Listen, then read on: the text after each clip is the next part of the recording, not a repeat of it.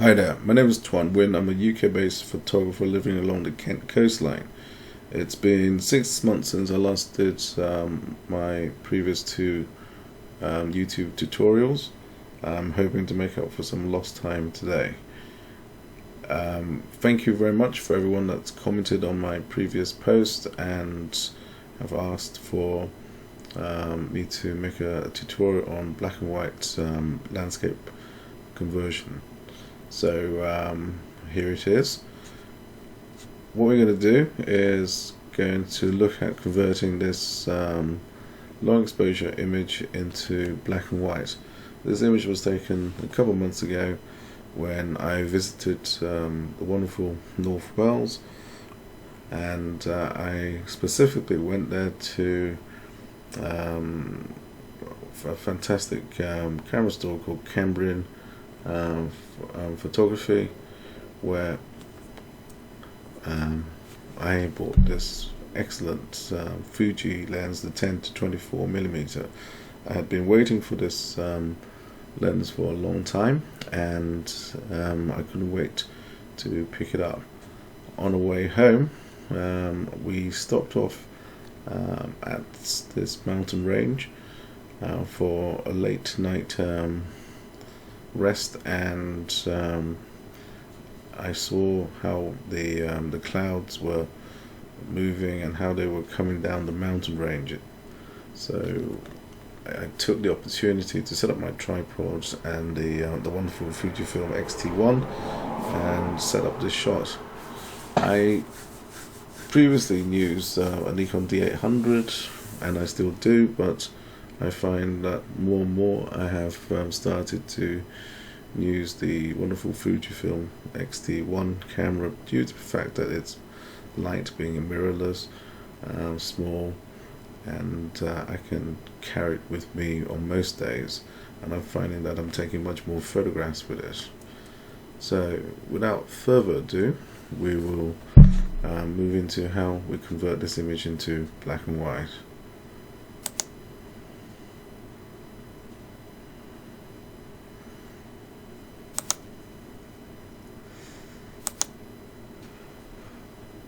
I do most of my black and white conversions nowadays in Photoshop using Google Suite. The first thing I do with any image is to denoise it. So Google has a fantastic noise reduction software called Define 2. I always leave it on automatic, let it do its thing, press OK.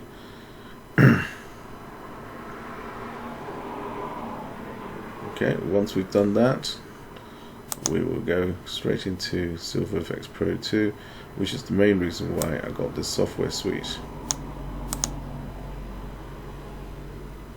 And surprisingly, in Silver FX Pro 2, we're going to do very little to this image.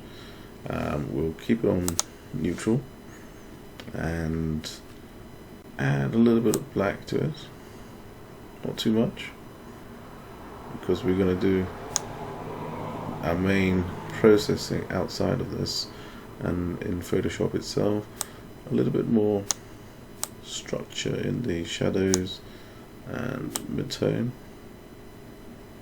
Okay, that's fine. Click OK. So as you can see, we've done very little other than a plain black and white conversion. You can see some dust spots on the lens itself because I was handling this in the dark. We'll remove that now. Actually,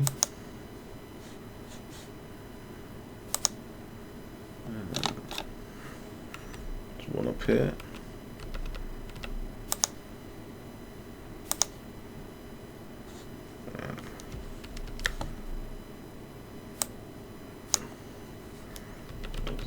Over here.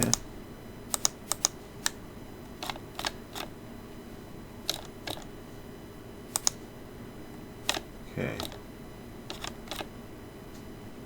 Yeah. Okay, that should do. Right, so after removing the dust spots, what we do is we'll duplicate the layer twice And why we do this is very simple. We're going to use different blend modes to paint in light and dark, and so that way we can help focus the viewer's attention into an area of focus that we particularly want them to look at. And this gives us very simple but effective control of light. So with the first layer we go to multiply. As you can see, it darkens the image drastically, and then we go to layer mask and we'll hide it. We'll go to our brush tool, make sure that it's on the softest setting, and just take this down a little bit and increase our brush size. I always start at 50% opacity and 50% flow, and then we just paint in where we want it to be dark.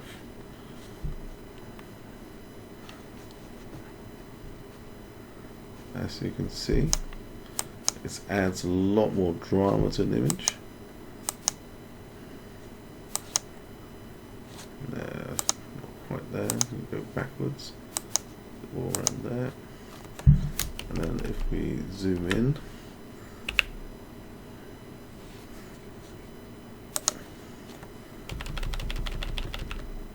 take down our brush size a bit, and I want these mountain ranges to be dark. That's it.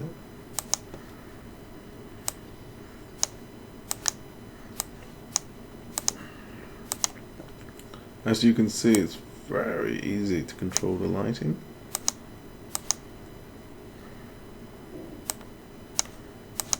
There we go.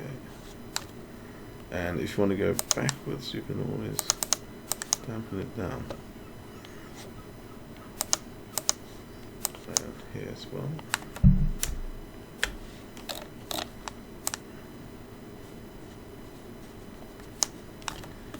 And a bit more on the rocks.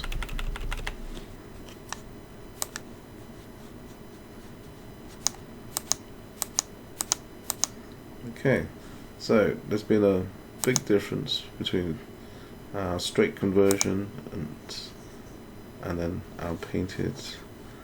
Now, next thing we do is click on the second duplicated layer, and we'll use screen blending mode for this, which drastically brightens the image. So again, we do what we did previously. We'll go to layer mask and we'll hide it. Using our brush at 50 and painting with white, we will reduce the brush size slightly and we'll paint in light. And you can be artistic with your light.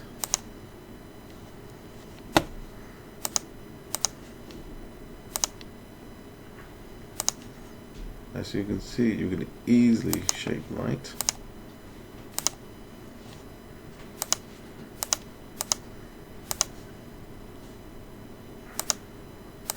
And you can always go backwards and forward. So if we concentrate on area, I wanted to have contrast in this rock, and the area of contrast I want most is here, so that it leads the eye into the image, into this path and around. So we'll brighten this area up.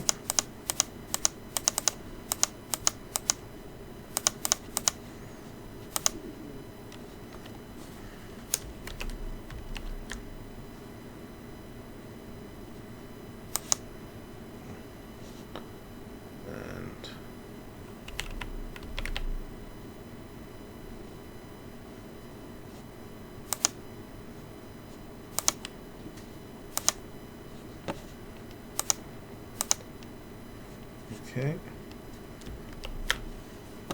so now we've got a little bit of flow to the image.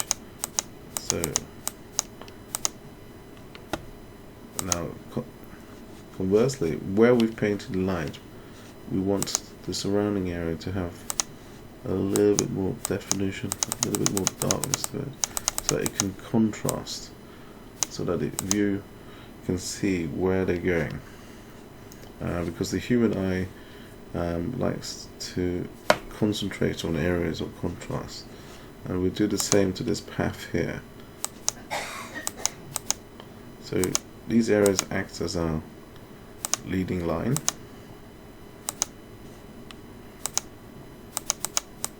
And they help to strengthen our image.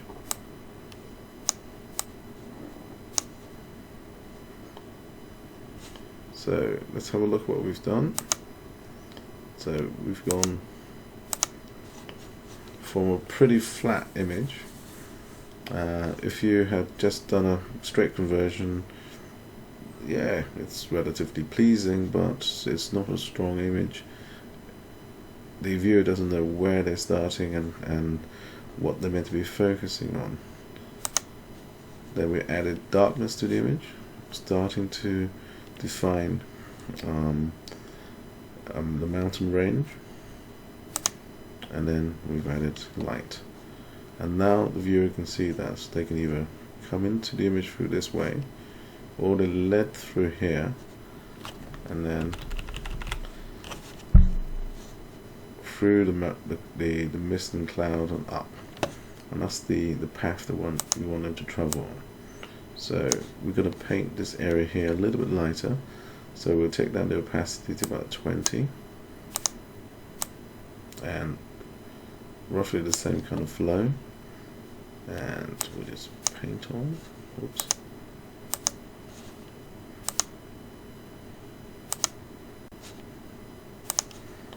Okay, so we'll just paint on light. And more light here. So you can control how much light you add by the opacity that you use. And you can steadily build up between going backwards and forwards between those two layers. Now, because what we've done is adding contrast to this image, we've caused some banding to occur, and you can see the banding pattern up here. That's easily resolved when we add noise to the final image. So now I don't want the viewer to go completely out of the image here, so we'll darken that down a little bit as well. So this is a great way to add a manual vignette to your images.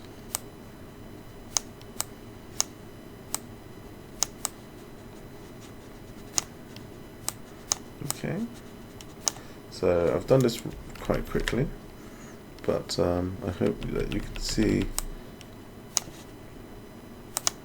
what we're trying to achieve here.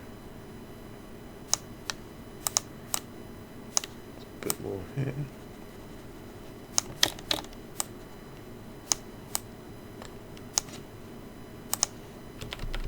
So a little bit there as white.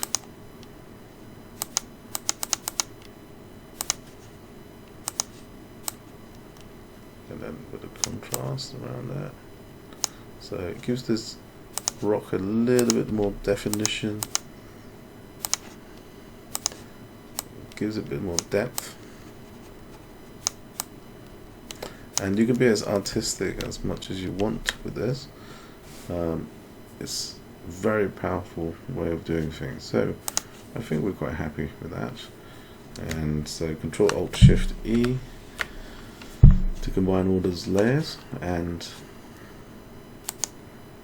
duplicate it once more, and we'll add some noise to this to get rid of that banding pattern. And I normally never add more than 3 or 5% noise, and I think 3% is fine in this instance. So if we look in this area here, the noise has taken out that banding pattern, so you can contrast it here and then after the addition of the noise. So I'm quite happy with that, and that's how I go about looking at transforming my landscape images into black and white. I hope you've enjoyed this tutorial. I will hopefully make more videos about different methods later on, and hopefully it won't be another 6 months before I do it again. If you are interested in my work, you can find me on my Facebook page or Google Plus under my name, or have a look at my website at www.lightreflex.co.uk. Thank you for watching. If you like this video, please feel free to comment and click the like button, and that will encourage me to do more. Until next time, bye.